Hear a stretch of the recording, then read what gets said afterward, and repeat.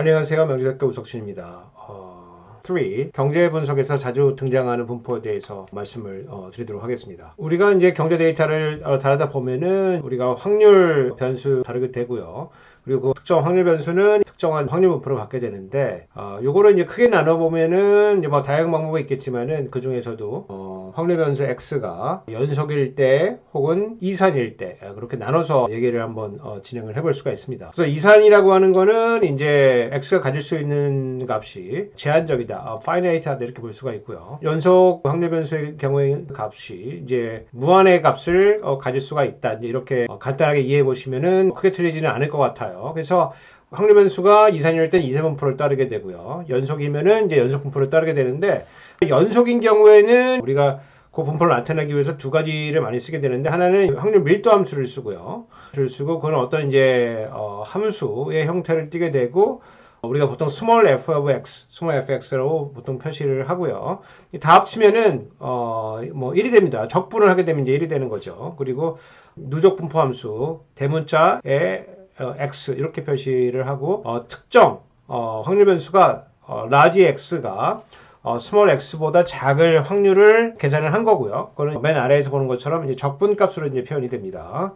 그리고 이산 확률 변수의 경우는 이제 이산 분포를 따르게 되는데, 각 포인트들이 확률이 존재하고요. 그래서 그거를 확률 질량 함수 혹은 펑션이라 이렇게 표현을 하고, 그거를 역시 다 합치게 되면은 썸을 하는 거죠. 적분이 아니고 썸을 하게 되면 1이 되고요. 그리고 이것도 역시 누적 분포 함수로 유사하게 나타내 볼 수가 이제 있게 됩니다. 그래서 우리가 이산 분포, 연속 분포 이런 걸 좀 나눠 가지고 경제학에서 자주 쓰이는 분포에 대해서 좀 말씀을 드려볼게요. 제일 근본적인 쉬운 분포는 다음과 같은 베르누이 분포입니다. 우리가 베르누이 시행을 했을 때 갖게 되는 이제 분포고요. 그것은 우리가 계량이나 통계를 하다 보면은 더미 변수를 쓰게 되는데, 이게 0 또는 1을 갖는 거예요. 0 또는 1의 값을 갖는 그런 확률 변수이고, 다만 이제 1에 가질 때 확률이 P다. P의 확률로 1이 나오고 1 확률로 0이 나오는 그런 분포를 갖는 확률 변수. 그러니까 두 값만 갖는 것이죠. 두 값을 갖는 분포를 우리가 베르누이 분포를 따른다고 표현을 하고, 베르누이 분포를 만드는 어떤 그 시행을 베르누이 시행이다 이렇게 표현을 하게 됩니다. 그래서 보통 베르누이 분포의 파라미터는 P 하나예요. 확률 P. 시행을 딱 한 번만 하는 거기 때문에 한 번 했을 때 우리가 원하는 사건 1이 나오냐 아니면 0이 나오냐, 파라미터는 P가 되고요. 특징은 그거의 기대값은 P고, 이제 일단 이렇게 이해하고 출발하면 좋을 것 같습니다. 그러면은 이 베르누이 시행을 여러 번 했을 때, 반복적으로 했을 때 우리가 원하는 사건이 나온 개수는 어떤 분포를 따르게 되느냐, 그거는 이항분포를 갖습니다. 바이노미얼이라고 우리가 부르고요. 바이노미얼을 부르고, 요거는 우리가 예컨대 뭐 10번 시행했을 때, 그리고 각각의 일어날 확률이 P면은 우리가 원하는 사건이 뭐 일어나지 않을 확률, 한 번 일어날 확률, 두 번 일어날 확률, 그래서 10번까지 일어날 확률을 각각 보여주는, 그러니까 이건 우리가 원하는 성공의 개수죠. 개수를 이제 모형할 때 이 바이노미얼을 보통 쓰게 되고요. 그래서 우리가 뭐 복잡한 확률을 쓰기보다도 이항분포라고 하는 거는 성공의 개수를 세는 거고, 그리고 개수는 각각 시행이 독립이면서 우리가 원하는 사건이 일어날 P다. 그리고 이걸 쓸 때는 바이노미얼 B, NP로 써서 요 분포의 파라미터는 이제 두 개가 되는 겁니다. 그래서 몇 번 시행을 했느냐, 그리고 각 시행을 할 때 우리가 원하는 사건이 일어날 확률 P는 뭐냐. 예컨대 우리가 예전에 이제 그 코로나 확산이 되면서 코로나 환자는 몇 명이 될 것인가 라고 해서, 그러면은 이 사람이 감염될 가능성을 추정한다고 하면은 그러면은 우리 전체 인구 N으로 놓고 각각 P가 얼마큼 되느냐, 확률이 얼마큼 되느냐, 이것들을 우리가 사실 추정한 바가 있고요. 이 그림을 한번 보시면 조금 더 편할 것 같아요. 그래서 이건 다양한 이항분포와 이제 그 분포를 따랐을 때 히스토그램인데, 예컨대 베르누이 0.4다라고 하는 거는 바이노미얼로 따지면 한 번 시행을 했고 각 일어날 확률이 0.4니까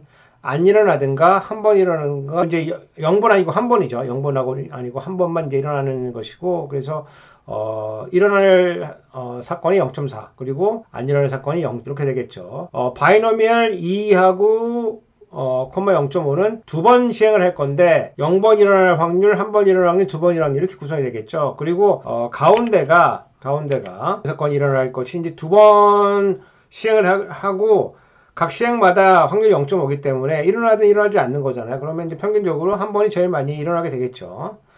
5번을 하고 각각이 이제 0.7이다. 그러고 하면은, 그러면은, 뭐, 0번부터 5번까지 이제 사건이 벌어질 것이고, 그쵸. 우리가 원하는 사건이 5번 일어날 수가 있고, 일어나지 않을 수가 있고. 근데, 일어날 확률이 0.7이기 때문에 아무래도, 일어날 그 번수가 3번보다 많고, 그쵸. 그리고 4번보다 약간 작은, 이제 그런데 이제 중심이 만들어지겠죠. 그리고 이제 오른쪽 그 구석으로 가시면은 점점 시행 횟수가 많아질수록 그 전 거는 이제 뭐 좌우측으로 약간 치우침이 있었는데 시행 횟수가 많아지니까 이게 어떤 평균을 중심으로 해가지고 좌우측 대칭이면서 점점 모양이 정규분포하고 유사하게 생겨졌음을 알 수가 있습니다. 이 이유는 뭐냐면은 분포는 베르누이 시행을 합한 거예요. 그래서 합한 거의 분포는 많아지면 많아질수록 정규분포로 수렴한다. 이게 중심극한 정리가 됩니다. 우리가 이제 베르누이 시행을 하면서 이거를 각각 n번만큼 시행한 거에 성공의 개수가 우리가 이행분포라고 했는데 요거와 약간 비슷한 조금 다른 게 있어요. 요게 이제 초기화 분포인데 Hypergeometric Distribution인데 요거는 어떤 거냐면은 우리가 이행분포라고 하는 걸 매번 시행이 똑같은 거예요. 근데 우리가 만약에 성공을 했다면은 우리가 원하는 사건이 일어나는데 그거를 만약에 빼냈다고 하면은 매번 시행할 때 확률이 바뀌거든요. 한 주머니에 빨간 공이 60개 들어가 있고 파란 공이 40개 들어가 있다. 그래서 복원 추출로 10개의 공을 꺼냈을 때 파란 공이 나올 원래 이항포는 10개를 시행했을 때 파라미터 0.4가 되는데 근데 만약에 파란 공이나 빨간 공을 뺐을 때 그 공을 주머니 속에 집어넣지 않고 뺀 거는 그냥 내버려 둔다고 하면은 그거는 매번 시행할 때 빨간 공과 파란 공이 들어갈 수 있는 확률이 계속 바뀔 거예요. 그러면 이제 그거를 모형화한 것은 바로 초기화 분포다. 이제 이렇게 보시면 될 것 같아요. 그래서 생각해 보시면은 이게 공이 많이 들어가 있으면은 뭐 성공한 공을 실패한 공을 넣든 뺐든 상관없이 이항분포하고 비슷해질 거거든요. 그래서 이게 n이 커지면 커질수록 초기화 분포는 점점 이항분포로 수렴을 하게 된다. 이제 이렇게 하시면 될 것 같습니다. 자, 그러면은 우리 베르누이 시행했고요. 베르누이 시행으로 개수를 세는 성공 개수를 세는 걸로 우리가 이항분포를 했고요. 그리고 만약에 복원 추출이 안 되고 비복원 추출로 진행이 되면은 초기화 분포다. 이제 이렇게 말씀드렸어요. 이거 외에도 개수를 세는 다른 분포들이 있어요. 이게 이제 포화성 분포인데 우리 포화성 분포는 이제 기초통계학에서는 잘 나오지가 않는데 우리 경제학에서는 포화성 분포가 굉장히 중요한 겁니다. 그래서 이거는 파라미터가 뭐냐면은 강도라고 하는 람다라고 하는 파라미터가 있어요. 그래서 제가 한번 예를 들어볼게요. 시간이 정해지고요. 그 시간에 우리가 원하는 사건이 몇 개 일어났느냐. 예를 들어서 1시간 동안 전화가 몇 번 오느냐. 아니면은 어떤 은행원이 창구에서 고객들을 받는데 하루 동안에 몇 명이 고객이 오느냐. 아니면은 주식시장에서 1시간 동안 주식 거래가 몇 차례 체결되느냐. 아니면은 이제 구직하는 사람들이 주어진 기간, 예컨대 한겨울 동안에 고용 제한을 몇 번을 받게 되느냐. 이런 것들은 주어진 시간 내에서 어떤 특정한 강도가 있어가지고, 강도라고 하는 거는 라버가 아니고, 강도가 아니고, 이건 진짜 강도입니다. intensity.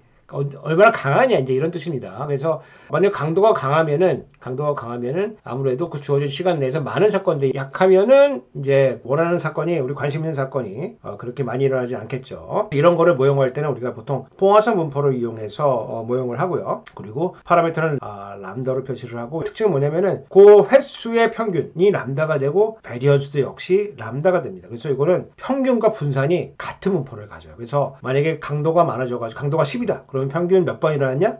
10번 일어났다. 어떤 분산을 갖느냐? 그러면 10이라고 하는 분산을 갖게 된다라고 하는 그런 특성을 갖고 있습니다.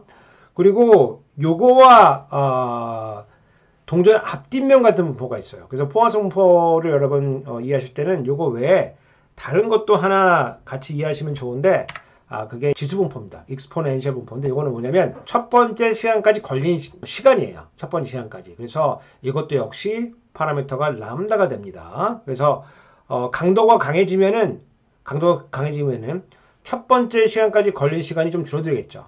그리고 강도가 약하면은 첫 번째 사건까지 걸린 시간이 좀 늘어나겠죠. 그래서 요거는 포화성과 익스포넨셜은 서로 동전의 앞뒷면이다. 번수를 셀 때는 이제 포화성을 쓰는 거고요. 그게 아니고 첫 번째 시간까지 걸린, 첫 사건까지 걸렸을 때 걸린 시간의 분포는 이제 익스포넨셜 분포를 따르게 됩니다. 자, 사실 통계학에서 가장 중요한 분포를 따져보면은 정규 분포가 될 거예요. 이름도 노멀 분포입니다. 무슨 얘기냐면 이게 정상이고 노멀 정상이고 다른 분포들은 비정상이라는 그런 의미도 숨어져 있는 것이고요. 여러분들 그 기억을 해보시면은 이게 벨 모양으로 생겼고요. 그리고 중심이 있고 그리고 좌우측으로 대칭적이면서 가운데가 높고 꼬랑지가 아주 얇은 이런 분포고요. 여러분 화면에 보시는 그 밀도 함수 fx는 2파이 시그마 제곱 스퀘어 루트 분의 익스포넨셜 마이너스 2 시그마 제곱 x 마이너스 뮤 제곱 이렇게 되어 있는데 요 분포 한번 외워두시면 좋습니다. 요 분포의 평균은 뮤고 분산은 시그마 제곱인데 요거의 밀도 함수는 그렇게 생겼다라고 보시면 될 것 같고요.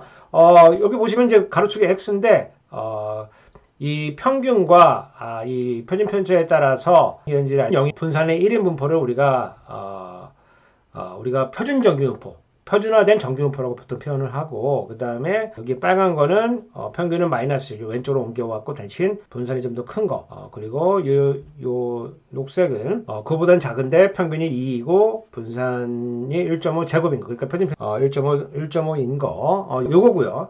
요 정규분포 관련돼서 여러분들이 몇 가지를 외워주면 좋은데 요런 걸 외워주면 좋아요. 그래서 어떤 확률 변수가 정규분포를 따른다고 치면은 좌우측으로 갔을 때 68%다. 가운데 들어오는 게. 그리고 2 스탠다드 벗어났을 때는 95%가 들어온다. 그리고 3 스탠다드 디베이션 들어가면은 99.7이 들어온다. 그래서 요거를 하나 외워두시면은 여러분들이 어디 가서 통계적 추론할 때 굉장히 이제 유용합니다. 요거와 상관이 있는데 조금 더 정확한 거는 양쪽으로 1.64 스탠다드 디베이션 가면은 이제 가운데 90% 들어오고요.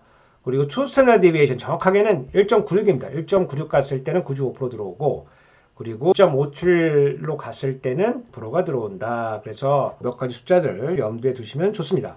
자, 이거 말고 로그 정규분포라고 있어요. 로그 정규분포. 이게 다른 통계학에서는 나오지 않는데 이제 우리 경제 데이터 만질 때는 굉장히 자주 나오게 됩니다.